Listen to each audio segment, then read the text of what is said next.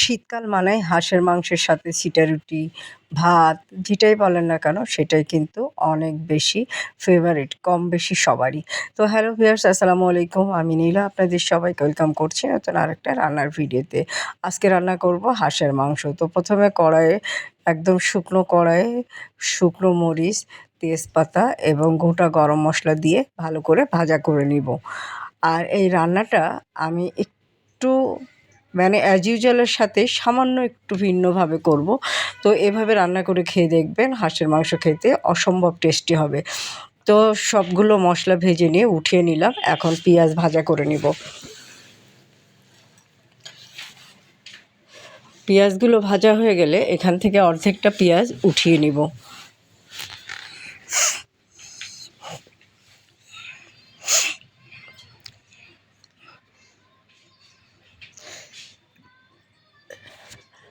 এখন বাকি পেঁয়াজের ভিতরে একটু পানি দিয়ে দিব।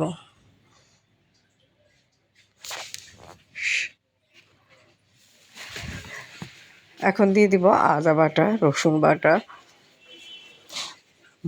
জিরা গুঁড়া, ধনিয়া গুঁড়া, আস্ত জিরা, হলুদ, মরিচের গুঁড়া দিয়ে মশলাটাকে ভালো করে কষিয়ে নেব এবং শুকনো মরিচ গরম মশলা গুঁড়া।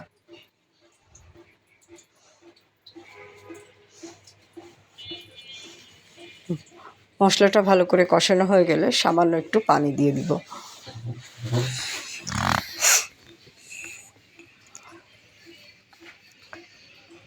মশলাটা যেন লেগে না যায় সেদিকে খেয়াল রাখতে হবে। তো এই পানিটা দিয়ে মশলাটা আরও একটু সময় নিয়ে কষিয়ে নিব। এখন দিয়ে দিব স্বাদ মতো লবণ, দিয়ে মশলাটা নাড়াচাড়া করে দিব। মশলাটা যখন তেলটা ছেড়ে দিবে তখন মশলাটা এই যে কি সুন্দর একটা কালার চলে আসবে। মশলাটাকে আরও কিছু সময় কষিয়ে নিব। এখন দিয়ে দিব পানি। এই পানিটা দিয়ে হাঁসের মাংস কষিয়ে নিব বা সিদ্ধ করে নিব। এখন দিয়ে দিব হাঁসের মাংস।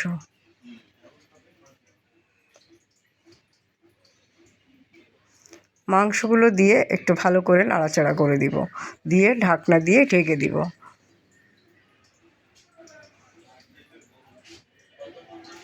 যে পানি দিয়েছি এবং হাঁস দিয়ে যে পানি বের হবে সেই পানিটা দিয়েই প্রপারভাবে হাঁসটা সিদ্ধ হয়ে যাবে এবং খুব ভালো করে কষিয়ে নিব।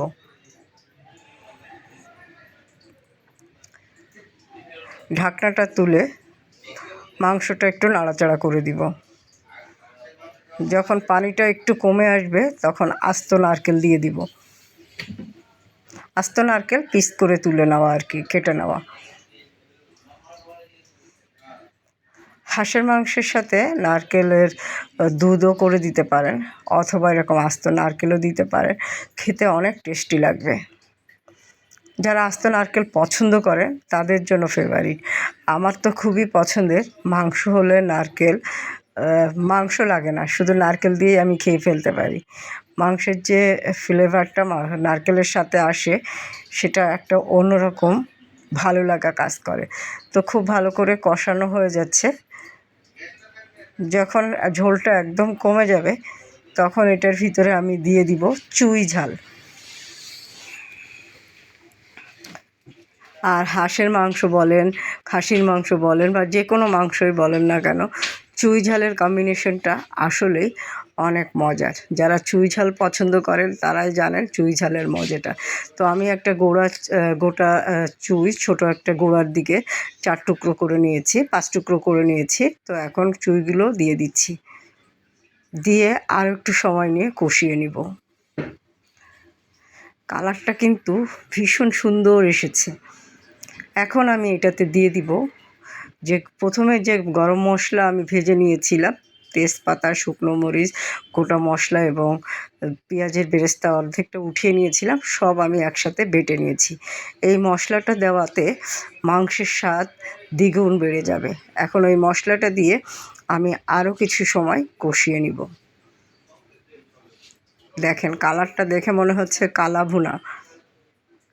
এত মজা হয়েছিল খেতে, তো বলে বোঝাতে পারবো না। খুবই খুবই টেস্টি হবে। এভাবে রান্না করে খেয়ে দেখবেন, হাঁসের কোনো গন্ধ বাতাস কিন্তু থাকবে না। কি সুন্দর কষানোর কালারটা দেখেই তো জিভে পানি চলে আসছে, তাই না? অনেক মজা হয়েছিল খেতে। আপনারা এভাবে খেয়ে দেখবেন, খেতে খুবই খুবই টেস্টি হবে। প্রথম গোটা গরম মশলা এবং একটু পেঁয়াজ বেরেস্তা দিয়ে দেন, মাংসের স্বাদটাই বেড়ে যায়। তো কষানো হয়ে গেল, এখন পরিমাণ মতো ঝোলের পানি অ্যাড করছি। ঝোলের পানি অ্যাড করার পরে আর তেমন কোনো কাজ নেই, জালটা বাড়িয়ে দিব। আর আমি কয়েক কোয়া আস্ত রসুন দিয়ে দিলাম, দিয়ে এখন ঢাকনা দিয়ে ঢেকে দিব। ঝোলটা ফুটে উঠলে এই ঝোলটা একেবারে শুকিয়ে ফেলবো। ঝোলটা যখন মাখো মাখো হয়ে যাবে তখন এটা নামিয়ে ফেলবো। আর আমি এইভাবে রান্না করলে মাংস প্রপারভাবে সিদ্ধ হয়ে যায়। অনেকে আছে হাঁসের মাংস রান্না করে কিন্তু প্রপারভাবে সিদ্ধ হয় না। এভাবে একবার রান্না করে খেয়ে দেখতে পারেন, খেতে কিন্তু বেশ লাগবে।